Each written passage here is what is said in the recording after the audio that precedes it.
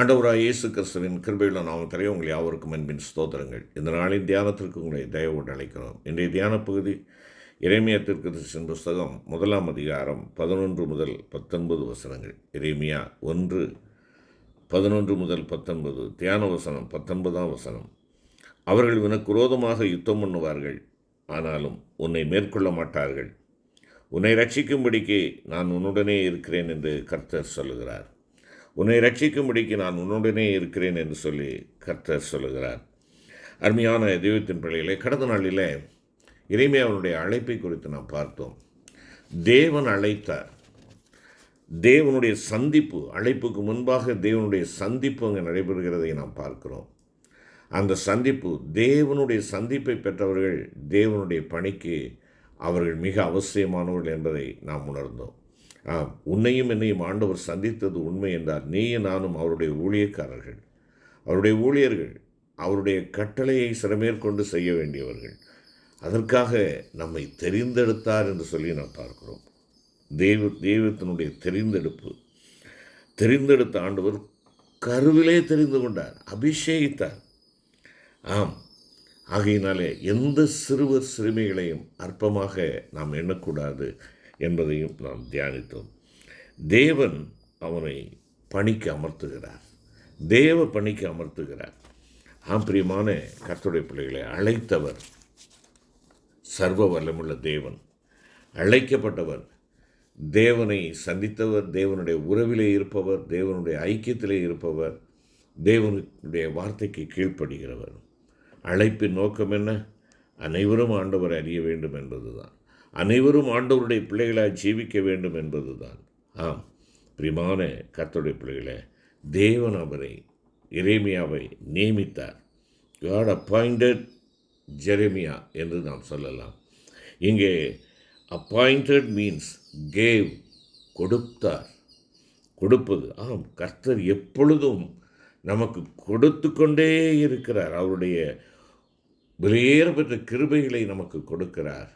மேலானவைகளை, சிறந்தவைகளை நமக்கு கொடுக்கிறார்.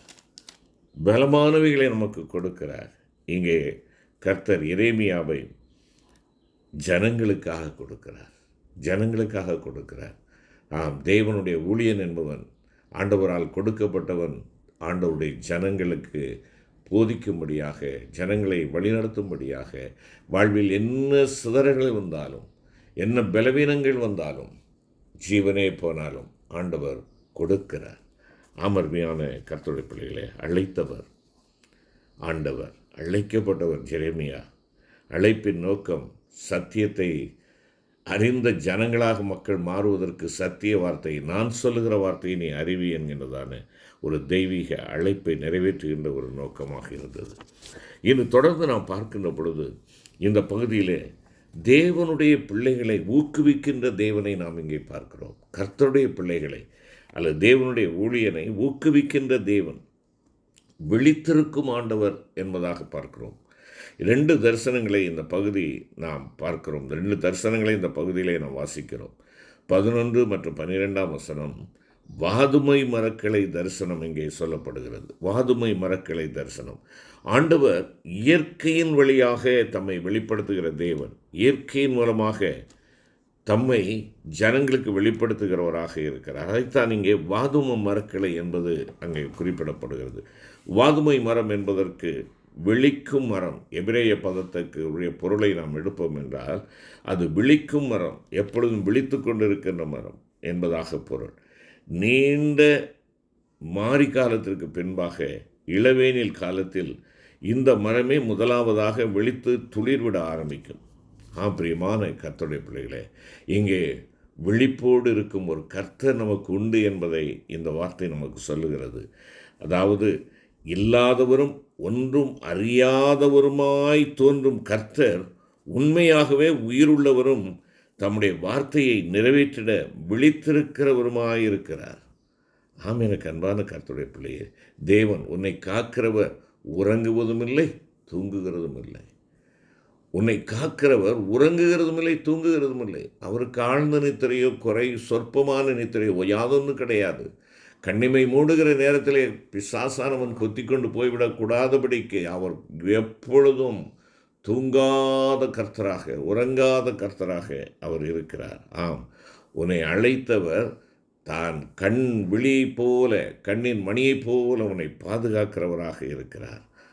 பிரியமான கர்த்தருடைய பிள்ளையே, ஆகையினாலே தான் சங்கீதக்காரன் சொல்லுகிறார். 33ஆம் சங்கீதம் 18 மற்றும் 19வது வசனத்தை பார்க்கின்ற பொழுது, தமக்கு பயந்து தம்முடைய கிருபைக்கு காத்திருக்கிறவர்களின் ஆத்துமாக்களை மரணத்திற்கு விலைக்கு விடுவிக்கவும், பஞ்சத்தில் அவர்களை உயிரோடே காக்கவும் கர்த்தருடைய கண் அவர்கள் மேல் நோக்கமாயிருக்கிறது.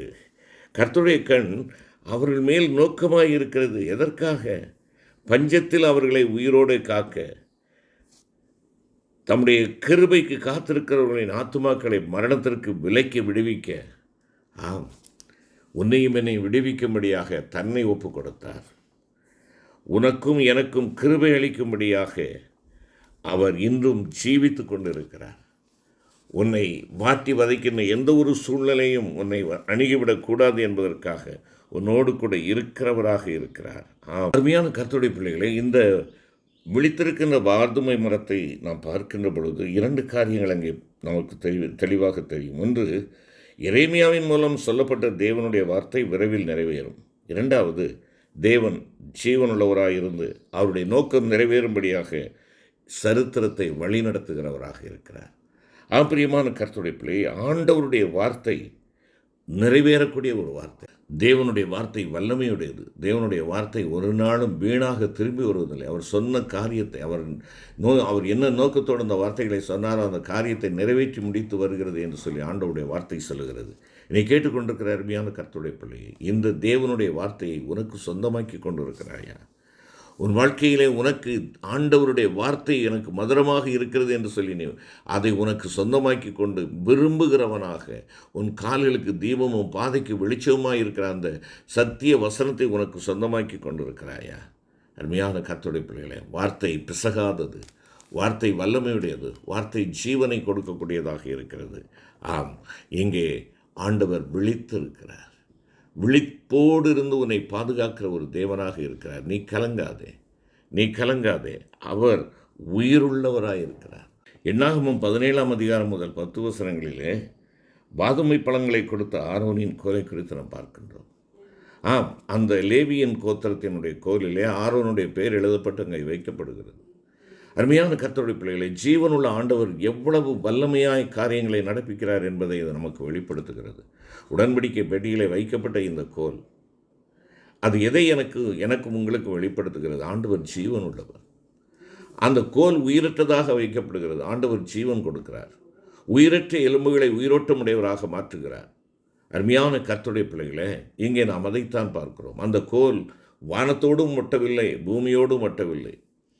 இன்றைக்கு நீயும் நானும் வானத்தோடு ஒட்டினவர்களாக, பூமியோடு ஒட்டினவர்களாக, ஒருவேளை வானத்தை பார்த்தவர்களாக, மண்ணை பார்த்தவர்களாக, விண்ணை பார்த்தவர்களாக, விண்ணின் அந்த மழை பொழிந்து எனக்கு ஆசீர்வாதம் கொடுக்காதா, இந்த பூமி எனக்கு விளைச்சலை கட்டளையிடாதா என்று சொல்லி காத்திருந்து ஜீவனை பெற்றுக்கொள்ளுகிற அந்த ஒரு காரியம் அல்ல.